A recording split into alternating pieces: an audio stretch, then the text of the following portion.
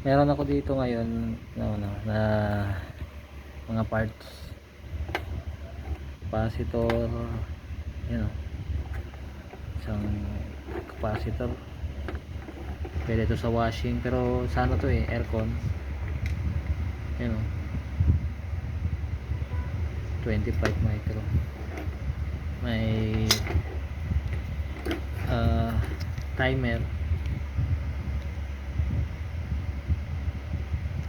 to aircon. Then may thermostat. Ito ay para to terminal block lang to. Tapos ito power supply to ng laptop tatry natin kung buo pa. Malamang Lenovo to kung buo pa to, pero wala pang galos no. Ito na flat, nadaganan to. So ito board,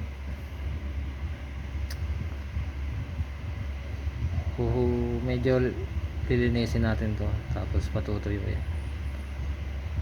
Marami tayong makakahoy na naman.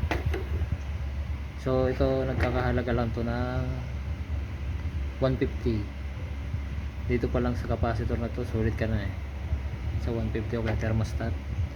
Kahit sabihin capacitor lang isa, pero 150 yan na po yung mabibili nyo sa scrap sa halagang 150. So may mga project, tapos pending tayo na ito, inaaral natin to no, yung refrigeration. Isa natin sa gusto natin i-upgrade sa ating skills, maging refrigeration technician. So paunti-unti nag-i-invest tayo dyan ng mga materials, components, saka knowledge na rin. So yan yung atong target na ma-acquire na skills. Ayan. So yan po guys, maraming salamat.